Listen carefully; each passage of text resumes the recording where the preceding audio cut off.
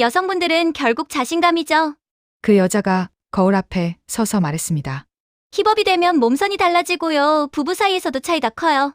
수업 듣던 여자들이 웃었습니다. 누구는 고개를 끄덕였고 누구는 맞아요, 선생님 하며 맞장구를 쳤습니다. 평소 같으면 저도 그냥 웃었을 겁니다. 아니, 애초에 저 자리에 올 일도 없었겠죠.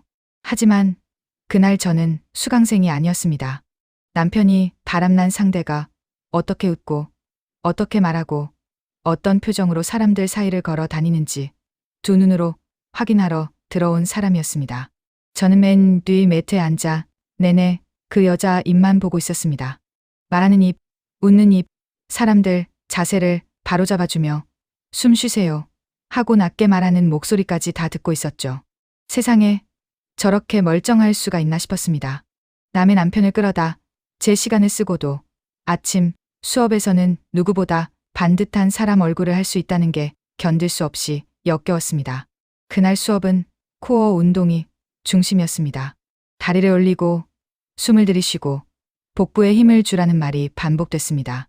그런데 제 귀에는 아무것도 안 들어왔습니다. 머릿속에는 호텔 주차권 2장, 새벽 1시 카드 영수증, 휴대폰 화면에 스쳤던 그 짧은 문장 하나만 계속 돌았습니다. 오늘은 오빠가 먼저 보고 싶다고 한 거예요. 몸을 일으키라는 말이 들렸을 때 저도 같이 일어났습니다. 선생님은 남의 남편까지 그렇게 자신감 생기게 해주잖아요. 순간 음악은 그대로 나오는데 공기만 멎었습니다. 그 여자가 저를 봤습니다. 처음엔 못 알아보는 눈치였고 제가 한 걸음 더 나가자 그제야 얼굴빛이 살짝 바뀌었습니다. 아주 잠깐이었지만 저는 봤습니다. 저 여자도 놀랄 때가 있다는 거요. 무슨 말씀인지 모르겠는데요. 모르세요? 정우 씨 아내예요. 그 말이 떨어지자 누군가는 매트 위에 주저앉았고 누군가는 시선을 피했습니다. 앞줄에 있던 여자가 어머 하고 작게 숨을 삼켰던 소리까지 기억납니다. 그 여자는 곧바로 저를 밖으로 끌어내려고 했습니다. 회원님, 나가서 얘기하시죠. 왜요? 여기서는 못해요? 저는 그 순간 너무 오래 참아온 사람이 자기 목소리를 되찾았을 때 얼마나 커지는지 알았습니다. 제 말은 점점 빨라졌고 높아졌고 끝내는 날이 섰습니다. 여러분도 잘 들으세요. 이 사람 유부남이랑 붙어먹고 여기서 수업하는 사람이에요. 저 같은 피해자 또 나오지 말라고 말한 겁니다. 제가 그렇게까지 말하리라고 아마 저 여자도 예상 못했을 겁니다. 상간 소송 준비하고 있다고 명예훼손으로 고소하든 마음대로 하라고 어차피 이 수치심은 내가 아니라 당신 몫이어야 하는 거 아니냐고 쏟아냈습니다. 그 여자는 제 팔을 밀어냈고 저도 뿌리쳤고 옆에 있던 물병 하나가 굴렀습니다. 경찰 부를 거예요. 부르세요. 벌금 내면 되죠. 지금 생각하면 정말 무식한 말이었습니다. 그런데 그 자리에 저는 그렇게라도 해야 했습니다. 남편한테 따지기 전에 그 여자한테 먼저 내 분노를 꽂아 넣어야 숨이 쉬어질 것 같았거든요. 수업은 당연히 엉망이 됐고 저는 사실상 쫓겨나다시피 나왔습니다. 현관문 바깥에 서니 무릎이 풀리더군요. 그런데도 이상하게 속이 후련했습니다. 아주 잠깐이지만 내가 당하고만 있지는 않았다는 생각이 들었습니다. 문제는 그날 밤이었습니다. 남편은 집에 들어와 제 얼굴을 보자마자 뭔가 알아챈 사람처럼 굳었습니다. 저는 일부러 한참을 말 안 하다가 식탁 앞에서 딱 한마디만 했습니다. 그 여자 다시 안 볼 거지? 남편은 처음엔 거래처라고 했고 그 다음엔 제가 뭘 들었냐고 물었고 결국은 고개를 숙였습니다. 내가 잘못했어. 그 말을 듣는 순간 저는 더 화를 내기보다 갑자기 힘이 빠졌습니다. 드디어 인정했구나 싶었습니다. 딱 한 번이라도 술김에 그랬다느니 몇 번 연락이 이어졌지만 이제는 정리했다느니 필요하면 거래도 끊겠다느니 하는 말을 남편은 조심조심 꺼냈습니다. 저는 물었습니다. 정말 끝낼 수 있어? 끝낼게. 일도? 정리할게. 저는 그 말을 믿었습니다. 아이 둘을 키우는 엄마가 집을 깨트리는 결정을 그렇게 쉽게 할 수는 없었습니다.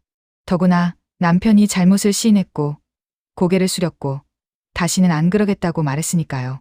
당시에 저는 그 여자만 잘라내면 우리 결혼이 어찌됐든 다시 봉합될 수 있다고 생각했습니다. 그 착각이 얼마나 오래갈지 그때는 몰랐습니다. 제 이름은 허유정입니다. 결혼한 지 20해가 넘었고 결혼하고 몇 년 지나 아이 둘을 낳아 키우며 살았습니다. 남편은 건강기능식품 쪽 유통일을 했습니다. 운동센터, 피트니스, 필라테스, 체형관리 이런 데 납품이 많았습니다.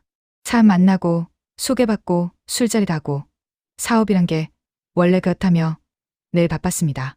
그 여자 이름도 그렇게 처음 들었습니다. 이번에 소개 잘해준 원장이 있어. 남편은 정말 대수롭지 않게 말했습니다. 사람 하나가 소개를 잘해줘서 지점 몇 개가 붙을 것 같다. 업계에서 발이 넓다. 입소문이 빠르다. 저는 오히려 고마운 사람인가 보다 싶었습니다.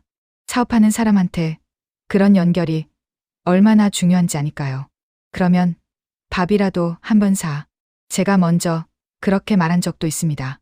지금 생각하면 입을 때리고 싶지만 그때는 정말 몰랐습니다. 남편이 갑자기 달라지기 시작한 것도 그 무렵입니다. 운동화에 신경 쓰고 향이 나는 로션을 바르고 머리를 전보다 자주 손질했습니다. 원래는 셔츠 한 장도 제가 골라주지 않으면 대충 입고 나가던 사람이었습니다. 그래서 어느 날은 웃으며 물었습니다. 누구 만나? 정말 농담 반으로 던진 말이었습니다. 그런데 남편 얼굴이 아주 잠깐 굳었습니다. 입꼬리 올리며 넘기긴 했지만 그 순간이 제 마음에 오래 남았습니다. 그때부터는 별것 아닌 것도 자꾸 눈에 밟혔습니다. 베란다로 나가 받는 전화, 늦어졌다는 연락이 있는데도 설명은 짧아지는 습관, 차 안에서 발견된 긴 머리카락, 새벽 시간 찍힌 카드 결제, 그리고 무엇보다 집에 있으면서도 마음이 다른 데 가 있는 표정. 제가 결정적으로 확신한 건 휴대폰 알림 하나 때문이었습니다. 남편이 샤워하러 들어간 사이 식탁 위 휴대폰이 울렸는데 이름은 이니셜로만 저장돼 있었고 내용은 짧았습니다. 오늘은 오빠가 먼저 보고 싶다고 한 거예요. 그 문장을 본 순간 저는 머리보다 몸이 먼저 알았습니다. 이건 거래처 문자가 아니라고요. 설명을 붙여도 오해라고 우겨도 이미 그 문장 안에 관계의 온도가 다 들어있었습니다. 그래도 저는 바로 뒤엎지 못했습니다. 아이들도 있고 집도 있고 남편 일도 있었으니까요. 괜히 잘못 짚었으면 어쩌나 싶은 비겁함도 있었습니다. 그래서 며칠 더 지켜봤습니다. 사람이 한 번 의심을 시작하면 전엔 안 보이던 게 전부 보입니다. 출장을 간다던 날 새벽 영수증이 뜨고 평소엔 관심 없던 셔츠 색이 바뀌고 저를 대하는 목소리에도 미묘한 거리감이 묻어납니다. 그러다 어느 날 차 키를 찾다가 서랍에서 호텔 주차권 2장이 나왔습니다. 같은 날짜, 같은 장소였습니다. 그날 남편은 지방 물류창고 점검을 간다고 했었습니다. 그제야 저는 제 감각을 더는 의심하지 않았습니다. 바로 남편을 깨워 싸우진 않았습니다. 대신 그 여자가 운영하는 스튜디오 수업 시간을 찾았습니다. 그리고 그중 한 자리에 제 이름을 올렸습니다. 그때 이미 저는 정상적인 길에서 꽤 멀리 와 있었습니다. 필라테스 업장에서 그 난리를 벌인 뒤 얼마 지나지 않아 경찰서에서 연락이 왔습니다. 처음 불려갔을 때 저는 참 묘한 심정이었습니다. 분명 시작은 제가 당한 일이었습니다. 그런데 막상 조사실에 들어가면 저는 영업을 방해한 사람이고 수업장을 엉망으로 만든 사람이고 사람들 앞에서 상대를 공개적으로 몰아세운 사람이었습니다. 감정적으로는 억울했지만 법적으로 깔끔할 리 없다는 것도 알고 있었습니다. 변호사가 그랬습니다. 화나셨던 건 이해합니다. 그런데 이해되는 감정이 곧 허용되는 행동은 아닙니다. 그 말이 그렇게 싫었습니다. 맞는 말이라 더 싫었습니다. 바람 피운 사람들은 일상으로 돌아가는데 알게 된 사람만 경찰서 복도 의자에 앉아 있는 이 상황이 너무 서글펐거든요. 결국 초범이고 큰 상해까지는 아니라는 이유로 700만 원 선에서 막았습니다. 벌금, 변호사 비용, 소송 준비까지 합치면 체감상 훨씬 크게 나갔습니다. 그래도 저는 그 돈을 보면서 이상하게 이렇게 생각했습니다. 상간 소송 위자료로 어느 정도 메우면 된다. 남편만 정신 차리면 끝이다. 지금 생각하면 참 어리석은 계산입니다. 돈으로 메우는 게 문제가 아니고 이미 그 시점에 사람 사이 신뢰가 무너져 있었으니까요. 그런데 당시에 저는 아직도 결혼이라는 구조를 붙잡고 있었습니다. 아이들 생각도 났고 남편이 진심으로 잘못을 인정하는 얼굴을 보여줬기 때문이기도 했습니다. 그날 이후 남편은 저한테 무릎까지는 안 꿇었어도 거의 그 비슷하게 굴었습니다. 내가 잘못했어. 다시는 안 볼게. 연락도 끊을게. 필요하면 거래도 정리할게. 저는 그 말을 또 믿었습니다. 믿고 싶었습니다. 바람은 한 번이어도 결혼은 하루 이틀로 쌓인 게 아니니까요. 같이 만든 시간이 있으니까 마지막으로 한 번만 더 붙들어 보자 싶었습니다. 한동안 남편은 정말 그럴듯하게 행동했습니다. 휴대폰 비밀번호를 알려주고 SNS 계정도 공유하고 회식 자리 사진도 보내었습니다. 늦는 날엔 먼저 전화를 했고 제 눈치를 보며 미안하다는 말을 자주 했습니다. 그런데 돌아보면 그때 제일 무서웠던 건 그 사람이 반성하는 것처럼 보이면서도 끝까지 자기 책임을 다 말하진 않았다는 점입니다. 정말 딱 한 번 실수였다. 그 여자도 다시 그러지 않겠다고 했다. 일적으로 몇 번 얽힌 게 다다. 들으면 반성 같지만 사실 다 빠져나갈 구멍이 있는 문장들입니다. 잘못을 인정하는 척하면서도 핵심은 흐리는 날들이죠. 저는 그 미세한 차이를 그땐 몰랐습니다.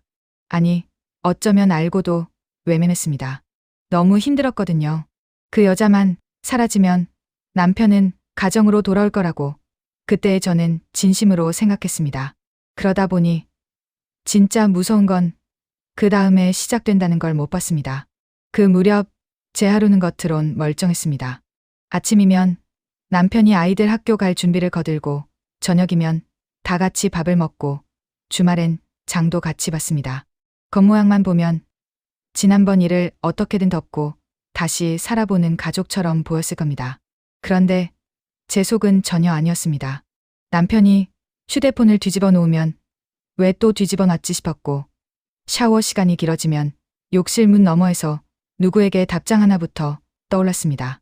평소보다 다정한 말이 나오면 고맙기보다 지금 뭘 감추고 있나 싶었습니다. 저도 제가 정상이 아니라는 걸 알았습니다. 한 번 깨진 신뢰 위에선 평범한 저녁 식사도 전부 점검 대상이 되더라고요. 남편은 그럴 때마다 늘 비슷하게 말했습니다. 이제 좀 그만하면 안 돼? 내가 이렇게까지 하는데도 못 믿겠어? 그 말을 들을 때마다 죄책감 같은 것도 같이 올라왔습니다. 내가 너무 예민한가? 내가 이 사람을 숨도 못 쉬게 하나 싶은 날도 있었거든요.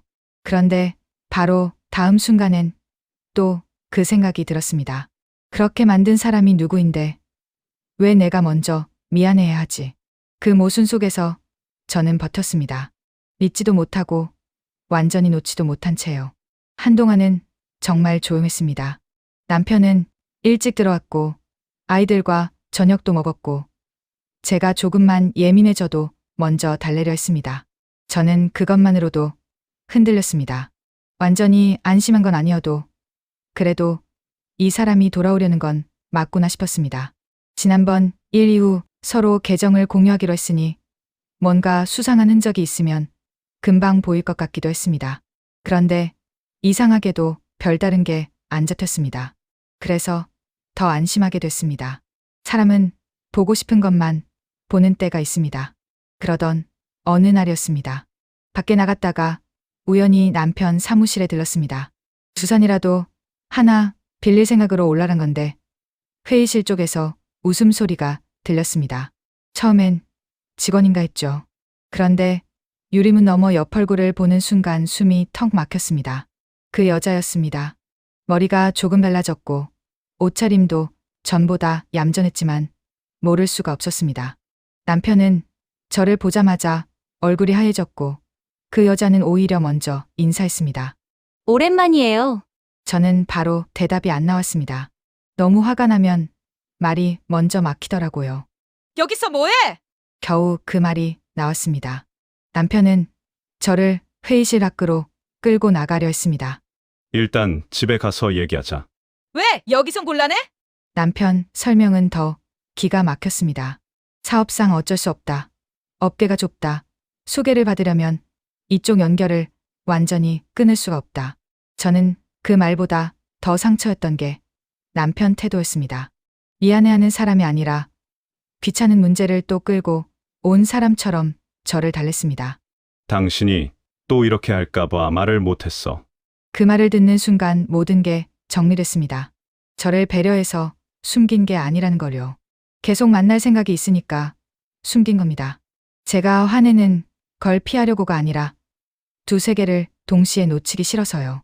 그 사무실에서 제가 본 건 단순히 둘이 다시 만났다는 장면만이 아니었습니다.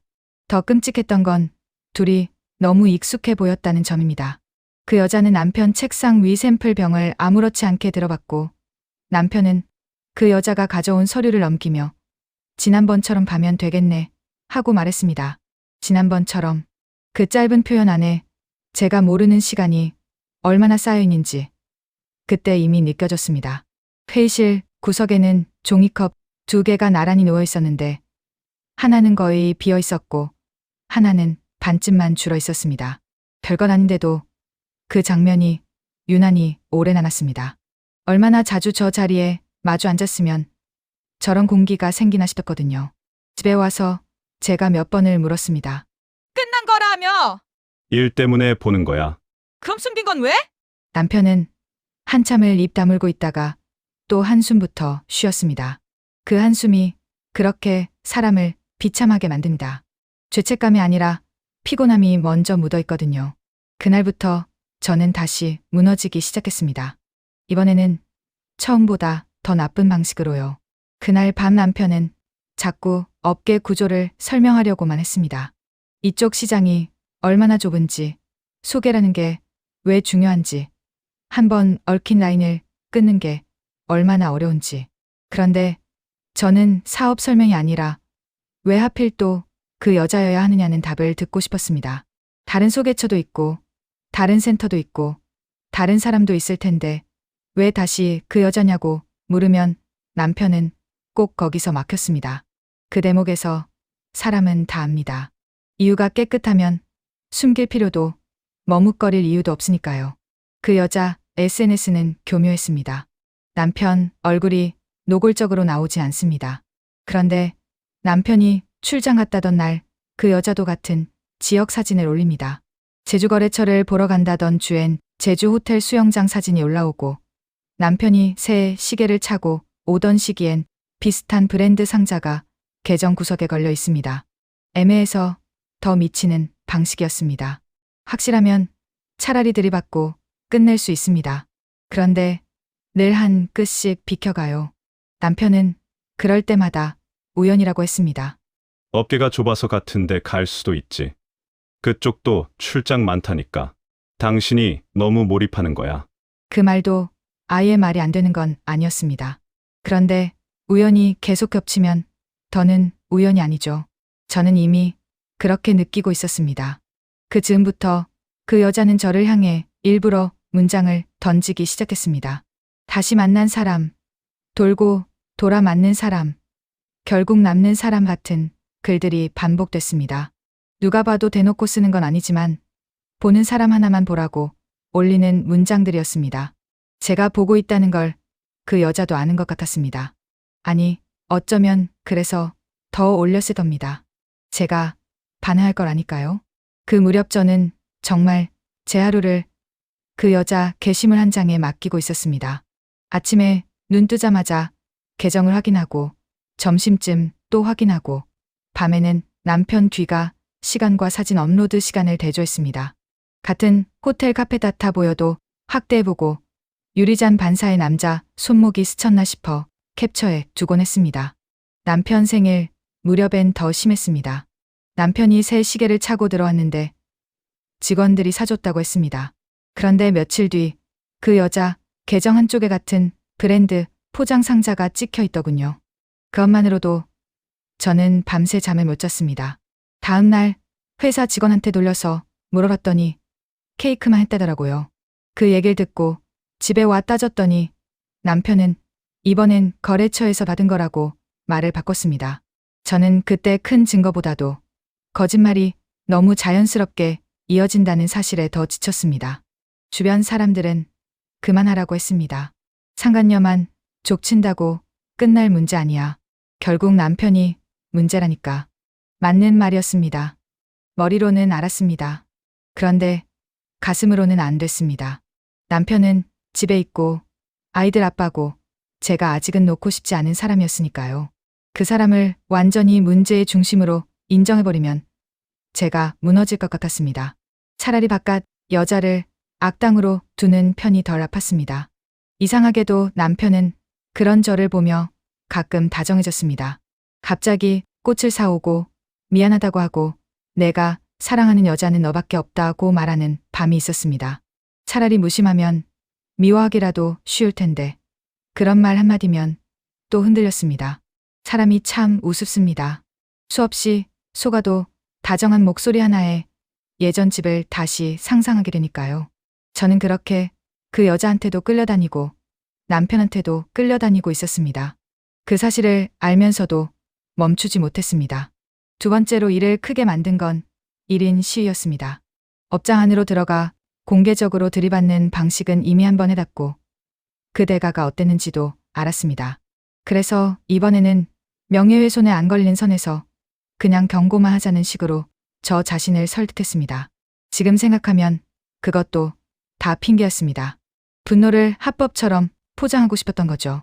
티켓, 문구를 여러 번 바꿨습니다. 이름도 안 쓰고 상간녀라는 단어도 안 쓰고 법적으로 걸리지 않을 것 같은 말만 골랐습니다. 그런데 막상 그걸 들고 건물 맞은편에 서 있으니 지나가는 사람들 시선이 다 제 얼굴로 꽂히는 것 같았습니다. 땀이 나는데도 손이 얼어붙더군요. 1시간쯤 지났을 때 그 여자가 나왔습니다. 혼자가 아니었습니다. 센터 관계자로 보이는 남자 하나가 같이 붙어 나왔습니다. 지난번 필라테스 업장일 때도 본 적 있던 직원이었습니다. 그는 매우 침착했습니다. 왜 그러시는지는 이해하지만 확실한 증거 없이 이런 식이면 곤란합니다. 그 말이 너무 기가 막혀서 한동안 대답이 안 나왔습니다. 과거에 무슨 일이 있었는지 뻔히 아는 사람들 입에서 지금은 깨끗한 관계라는 말이 너무 쉽게 나오더군요. 그 여자는 옆에서 저를 보며 웃지도 않았습니다. 그게 오히려 더 잣냈습니다. 원하시면 나오셔서 남편분 일하는 거 보세요. 그 말이 무슨 뜻인지 아십니까? 남편을 못 믿는 건 알겠는데 그 감시를 왜 내 앞에서 하느냐는 겁니다. 저는 그 순간 피해자가 아니라 구경거리가 되어 있었습니다. 그리고 남편은 그 사실을 알고도 제 편을 안 들었습니다. 당신 때문에 계약 몇 개가 날아갈 수도 있어. 그 말이 먼저였습니다. 제가 그 말을 듣고 얼마나 허탈했는지 모릅니다. 바람은 자기가 피워놓고 거짓말도 자기가 해놓고 손해가 생기면 늘 제 탓이었습니다. 싸움의 명분은 저한테 있었는데 수치심과 비용은 항상 제가 먼저 떠안았습니다. 그날 집에 돌아온 뒤에도 남편은 제 감정보다 계약 얘기만 했습니다. 이번 건 잘못되면 신도시 쪽 지점도 다 깨질 수 있어. 당신은 왜 늘 상황을 그렇게까지 만들어? 저는 그 말을 듣다 결국 묻고 말았습니다. 그럼 나는 어디까지 참아야 해? 남편은 대답을 못했습니다. 아니, 못했다기보다 안 했습니다. 그 사람은 제 상처보다 자기 불편을 더 크게 보고 있었으니까요. 그날 집에 돌아와 거울을 보는데 낯설더군요. 누굴 벌주겠다고 여기까지 왔지 싶었습니다. 그런데도 멈추지는 못했습니다. 저를 스스로도 이해 못할 만큼 그 여자가 던지는 미끼에 계속 걸려들었으니까요. 이미 그 무렵부터 저는 싸움에서 이기고 지는 문제가 아니라 제정신을 얼마나 더 잃지 않고 버틸 수 있느냐의 문제 안에 들어가 있었습니다. 지금도 이 대목은 제 입으로 말하기 부끄럽습니다. 왜 거기까지 갔냐고 물으시면 그때의 저는 정말 남편 마음 하나 붙잡겠다는 생각밖에 없었다고밖에 설명이 안 됩니다. 머리로는 남편이 문제라는 걸 알고 있었는데 상처난 자존심은 엉뚱한 방향으로 흘렀습니다. 남편이 어느 날 제 얼굴을 보더니 말했습니다. 요즘 너무 지쳐 보여. 거기까지는 괜찮았습니다. 그런데 꼭 한마디를 덧붙였습니다. 운동도 좀 하고, 자기 관리도 하고, 자신감 좀 찾으면 좋겠어. 그 말을 저는 다른 뜻으로 들었습니다. 결국 내가 밀린 이유가 내 몸과 얼굴 때문인가 싶었던 겁니다. 억울한데도 그렇게 생각이 흘러갑니다. 상처받은 사람은 가끔 가해자의 기준으로 자기 자신을 검사하니까요. 저는 피부과를 다니고 운동을 등록하고 식사를 줄였습니다. 그러다 결국 여성 클리닉까지 갔습니다. 친구가 효과를 봤다고 한 말을 붙잡고 마지막 방법처럼 생각했습니다. 그 무렵엔 그 여자 SNS에 올라오는 몸선 사진 하나에도 괜히 제 시선이 멈췄습니다. 남편이 예전에 운동하는 여자들은 자기 관리가 다르다는 식으로 툭 던졌던 말까지 다시 떠오르더군요. 지금 생각하면 전부 엉뚱한 데 꽂힌 비교였는데 당시에 저는 그 비교에서 빠져나오지 못했습니다. 수술대에 누워있을 때는 정말 사람이 비참해집니다. 내가 지금 남편 마음 하나 붙잡겠다고 여기 누워있나 싶거든요. 그런데도 해버렸습니다. 그리고 수술 뒤 며칠 동안 남편은 유난히 잘했습니다. 죽도 끓여주고 약도 챙기고 손도 잡아줬습니다.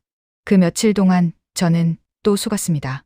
밤에 잠이 안 온다고 하면 물을 가져다 주고 걷는 속도가 느려지면 팔을 잡아주고 괜히 이런 것까지 하게 만들어서 미안하다고 중얼거리는 걸 들으면 사람 마음이 흔들리지 않을 수가 없더군요. 그래서 저는 혼자 별별 상상을 다 했습니다. 이제는 진짜 끝났겠지. 이 정도까지 왔으니 남편도 느끼는 게 있겠지. 우리가 비참하게 무너진 만큼 다시 붙들 마음도 생겠지 하고요. 그래서 저는 또 속았습니다. 그래도 이 사람 안에 미안함은 있구나. 그래도 나를 완전히 버린 건 아니구나. 하지만 지나고 보니 그 시간조차 저 혼자만의 해석이었습니다. 남편은 저를 살피는 척하면서도 다른 쪽하고도 관계를 끊지 않았으니까요. 제가 그런 수술까지 하고 있다는 이야기가 결국 그 여자 귀에 들어간 순간 저는 제가 얼마나 잘못된 기대를 붙들고 있었는지 처절하게 알게 됩니다. 그 여자와 다시 마주친 건 제가 다니던 병원 건물 1층 로비였습니다.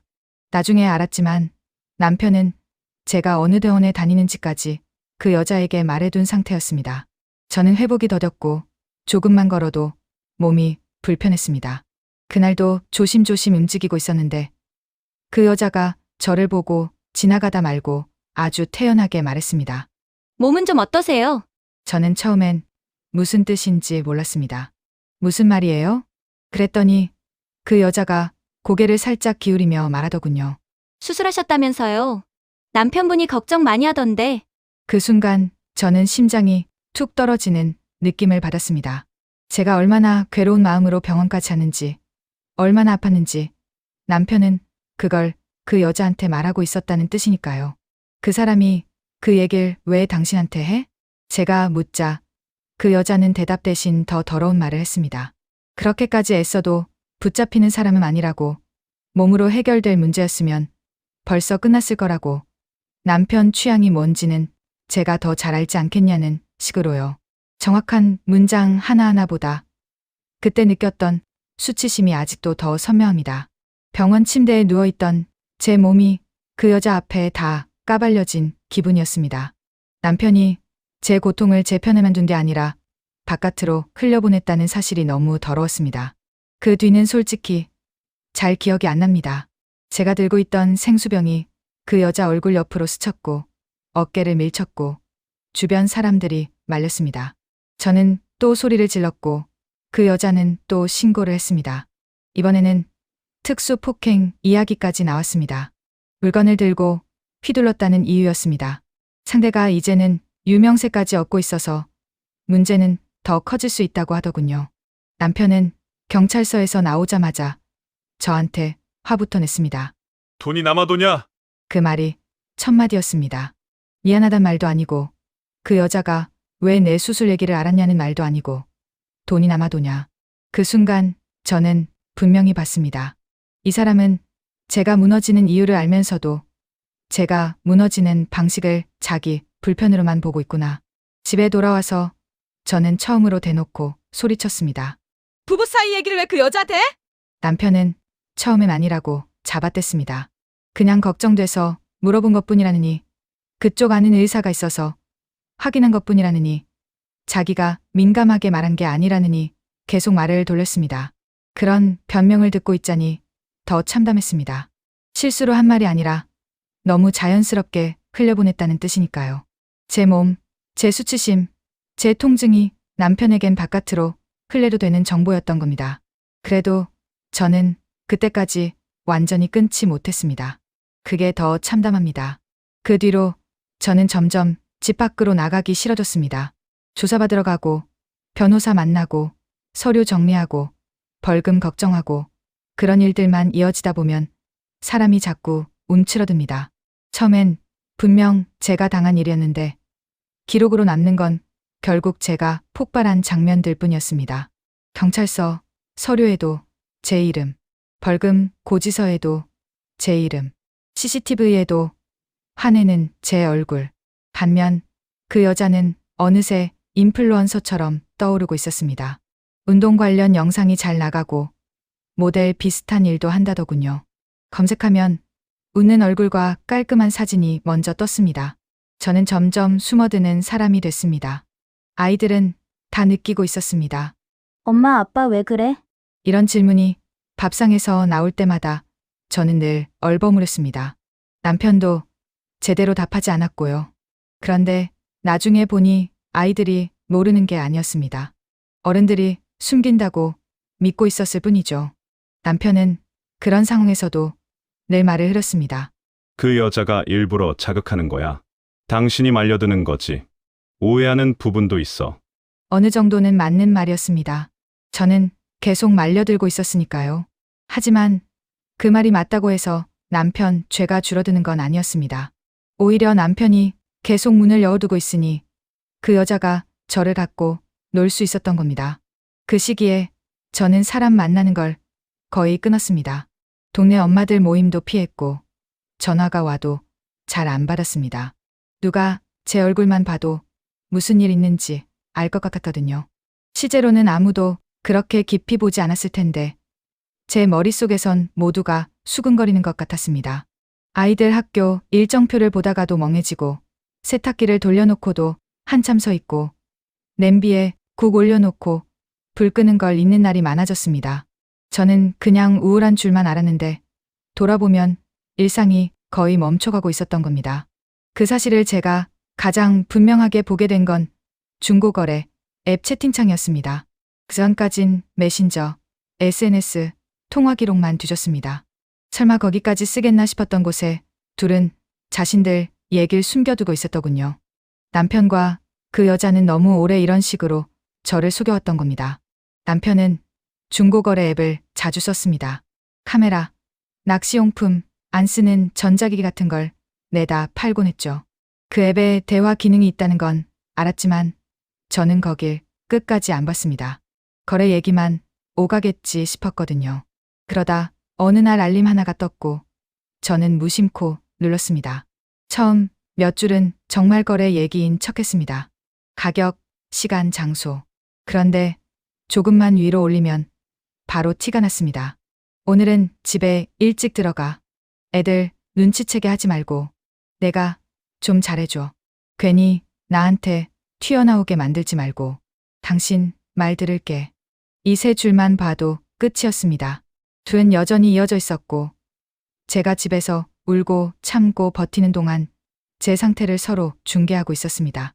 더 끔찍했던 건 아이 얘기였습니다. 아들 운동은 토요일이지? 응. 2시쯤 끝나. 그 문장을 읽는 순간 손이 떨렸습니다. 그 여자가 왜 아이 동선을 알았는지, 왜 아이 근처에 얼쩡거릴 수 있었는지 답이 너무 분명하게 나와 있었으니까요. 남편이 알려준 겁니다. 제 수술 얘기도 있었습니다. 걔가 그것까지 한다고? 나도 말렸는데 본인이 하겠대. 안쓰럽다. 안쓰럽다. 그 문장을 보는 순간 숨이 멎는 줄 알았습니다. 저는 아프고 부끄럽고 초라한 몸으로 버티고 있었는데 남편은 그걸 그 여자와 공유하면서 제 상태를 안쓰러운거리 정도로 다루고 있었습니다. 거기서 끝이 아니었습니다. 집에서는 잘해. 왜? 그래야 또 안 튀어나오지. 그 채팅 세 줄이 지난 몇 달을 전부 다시 바꿔놓았습니다. 남편이 갑자기 다정해진 이유, 미안하다고 하던 표정, 집에 일찍 들어오던 시간들. 그중 적어도 일부는 가정을 회복하려는 마음이 아니라 저를 조용히 관리하기 위한 움직임이었을 수도 있다는 뜻이니까요. 저는 그날 처음으로 남편이 저를 아내가 아니라 통제해야 할 변수처럼 다루고 있었다는 생각을 했습니다. 그리고 그 생각은 틀리지 않았습니다. 채팅을 조금 더 내리면 둘 말투가 얼마나 익숙한지도 보입니다. 싸우는 듯 하다가도 금방 달래고 제가 어떤 반응을 보였는지 서로 맞춰보고 아이들 얘기도 아무렇지 않게 꺼냅니다.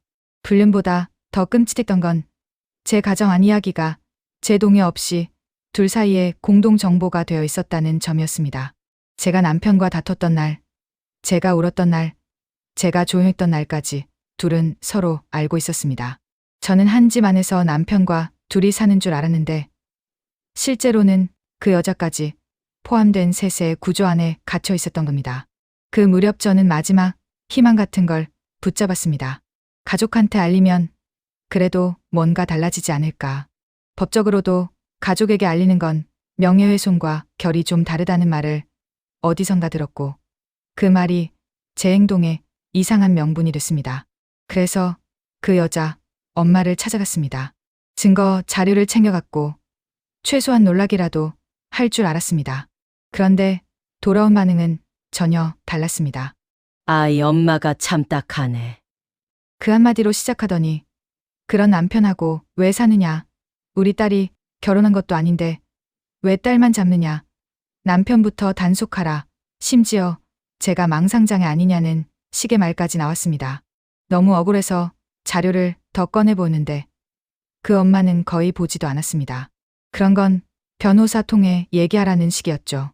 딸이 인기가 많아서 옛날부터 남자들이 따라붙었다는 둥. 아이 엄마 남편이 문제라는 둥. 듣다 보면 더 말이 막히는 쪽이었습니다. 화가 나면서도 집으로 돌아오는 길에 이상하게 그 여자 엄마 말 중 한 부분만 오래 남았습니다. 남편이 정말 가정 지킬 생각이면 밖에서 누가 뭘 해도 안 흔들려요.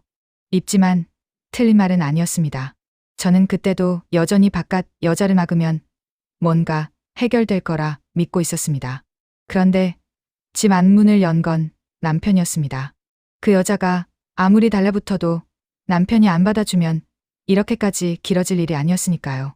그걸 알면서도 저는 또 남편보다 그 여자 쪽으로 먼저 갔습니다. 그게 덜 아팠으니까요. 20해 넘게 같이 산 사람을 포기하는 것보다 바깥 여자를 미워하는 게 쉬웠습니다. 그 여자 엄마를 만나고 돌아오던 길에 차를 세워놓고 한참 울었습니다. 너무 분해서가 아니라 내가 왜 아직도 엉뚱한 데 가서 답을 구하고 있나 싶어서였습니다. 남편이 정리했으면 끝날 일이었는데 저는 계속 그 여자와 그 가족 쪽에서 무언가 상식적인 반응을 얻어내려 하고 있었던 겁니다.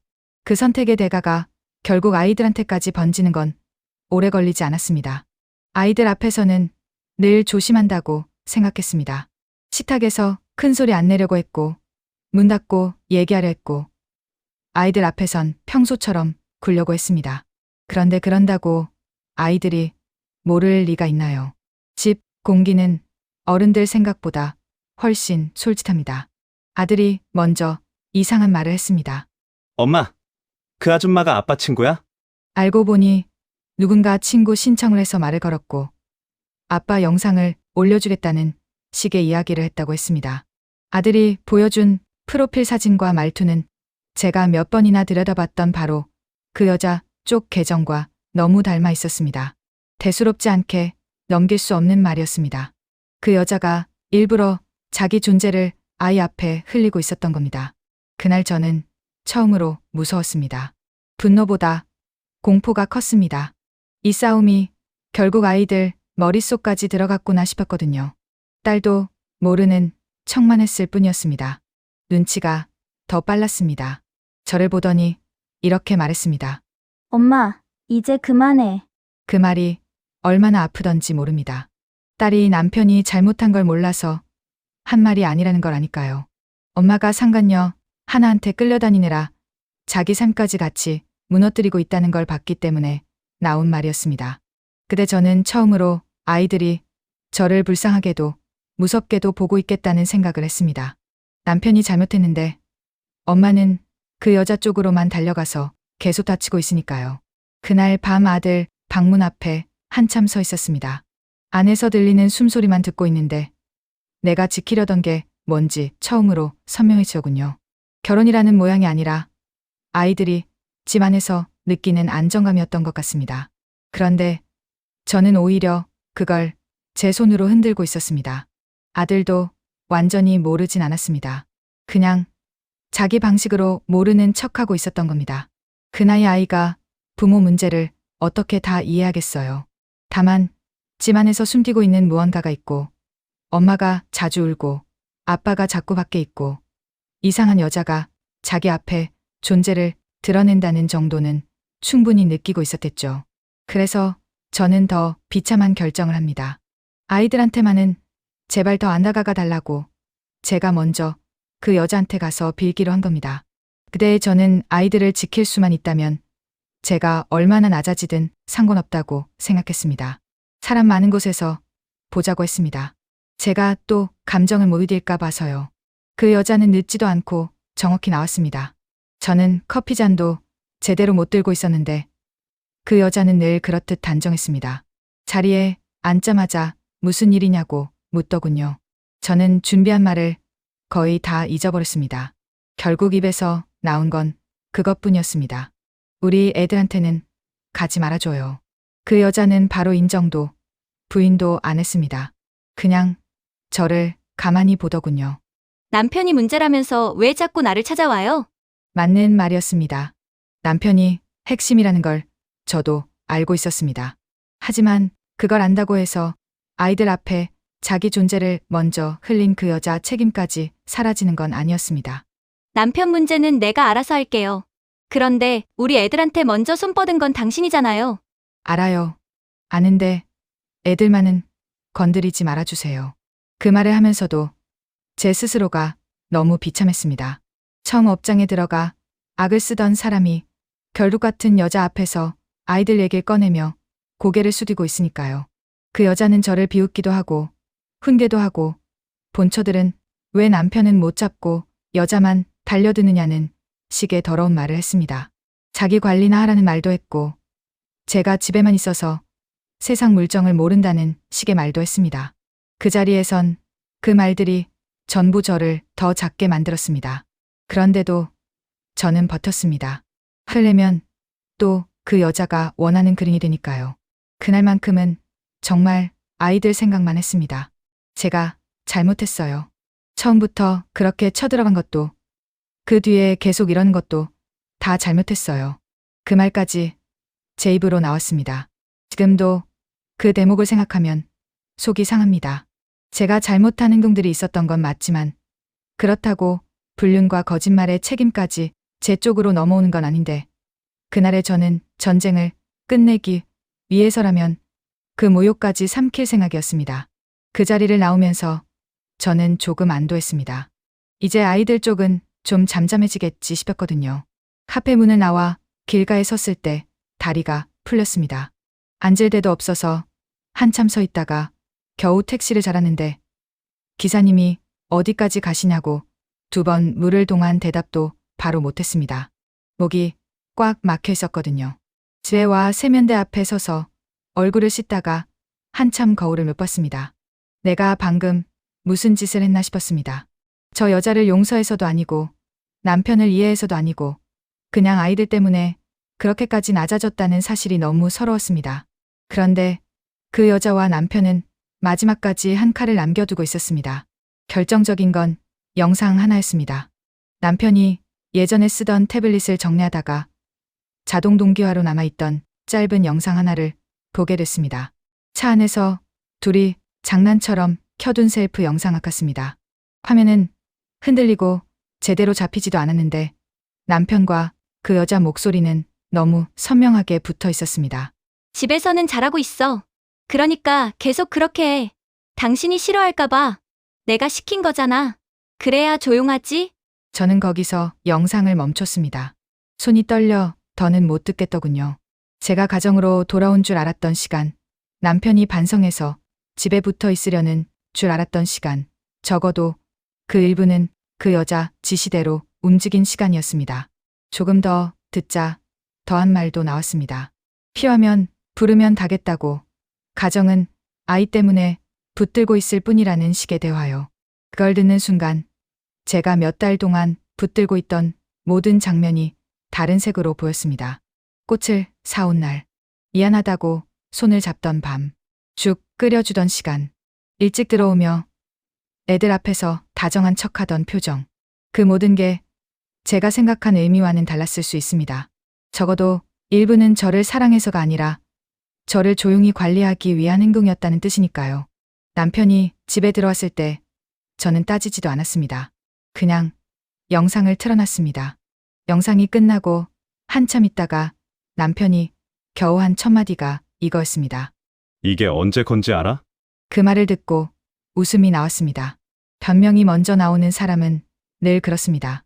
내용보다 시점, 책임보다 빠져나갈 구멍부터 찾습니다. 그게 중요해?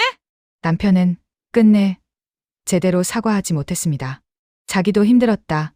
상황이 복잡했다. 제가 너무 불안해서 그랬다. 그런 말만 반복했습니다. 저는 그 말을 듣다가 문득 너무 허무해졌습니다. 내가 몇 달 동안 붙들고 있던 건 결혼 회복이 아니라 이 사람이 언젠가는 진심으로 미안해할 거라는 기대였구나 싶었거든요. 그런데 남편은 끝까지 자기 얘기만 했습니다. 자기가 얼마나 곤란했는지, 제가 얼마나 불안했는지, 둘 사이가 얼마나 복잡했는지, 정작 제가 뭘 잃었는지는 한 번도 제대로 말하지 않았습니다. 저는 그날 처음으로 완전히 알았습니다. 제 결혼을 여기까지 끌고 온 건 상간녀 하나의 문제가 아니라고요. 끝난 척하면서 저와 그 여자 사이를 오가고 저를 달래면서 동시에 바깥 관계도 유지하던 남편의 거짓말이 핵심이었다는 거요. 그걸 알게 되자 오히려 머리가 맑아졌습니다. 이제는 더 이상 붙들 이유가 없었습니다. 그 뒤로 한동안 저는 아무것도 안 했습니다. 정확히 말하면 더 이상 그 여자 쪽을 보지 않았습니다. SNS도 안 보고 이름도 안 치고 누가 뭘 전해도 안 들으려고 했습니다. 처음 며칠은 손이 근질거렸습니다. 지금쯤 또 뭘 올렸을까? 남편이랑 붙어 있나? 확인하고 싶었죠. 그런데 어느 순간 깨달았습니다. 제가 그 여자 계정을 안 본다고 해서 진실이 바뀌지 않는다는 거요. 반대로 계속 본다고 해서 제 삶이 나아지는 것도 아니고요. 그래서 그냥 끊었습니다. 그랬더니 신기한 일이 생겼습니다. 하루가 남았습니다. 그동안은 남편 일정, 여자 게시물, 중고거래대와 벌금, 변호사 이 생각만 하느라 하루가 다 없어졌는데 그걸 안 하니까 아이들 얼굴이 보였습니다. 딸 얘기도 들리고 아들 운동 얘기도 들리고 제 밥도 챙겨 먹게 됐습니다. 남편한테는 나가달라고 했습니다. 아이들 앞에서 더는 이런 식으로 못 살겠다고 했습니다. 남편은 끝까지 애들 생각해라고 했지만 저는 오히려 그래서 내보내는 거라고 했습니다. 아이들이 결혼을 거짓말과 관리로 배우게 할 수는 없었으니까요. 현관문 닫히는 소리가 났을 때 마음이 무너지기보다 숨이 쉬어졌습니다. 20해 넘게 같이 산 사람이 나가는 소리인데도 그랬습니다. 그만큼 오래 저는 제 시간과 자존심을 다 소모하고 있었던 겁니다. 남편이 나간 뒤 며칠은 집이 너무 조용해서 낯설었습니다. 누가 들어오는 발소리에도 놀라고 욕실 물소리가 안 들리면 허전하고 식탁에 수저를 3개만 놓는 것도 이상했습니다. 그런데 그 낯설미 시간이 지나면서 이상하게 평온으로 바뀌더군요. 아침마다 휴대폰부터 뒤적이지 않아도 됐고 누가 올린 게시물 시간을 대조하지 않아도 됐고 남편 옷 냄새를 맡아볼 이유도 없어졌습니다. 그 사소한 해방감이 쌓이니까 그제야 몸이 덜 굳어 있었습니다. 딸과는 늦은 밤 차 마시며 얘기하는 시간이 생겼고 아들과는 운동 끝나고 아이스크림 하나 사 먹는 게 자연스러워졌습니다. 남편이 있을 땐 오히려 그 사람 눈치 때문에 못하던 일들이었습니다. 나중에 들으니 남편은 결국 그 여자 쪽으로 더 기울었고 또 결국 거기서도 틀어졌다고 했습니다. 예전 같았으면 그 얘기에 또 반응했을 겁니다. 그런데 그때의 저는 정말 아무렇지 않았습니다. 누가 누구를 버렸는지, 누가 누구한테 돌아갔는지가 더는 제 인생의 결론이 아니었습니다. 제가 되찾아야 하는 건 남편이 아니라 저였으니까요. 이혼 절차니 재산 정리니 그런 건 시간이 걸렸습니다. 아이들도 각자 방식으로 아빠를 받아들이는 시간이 필요했습니다.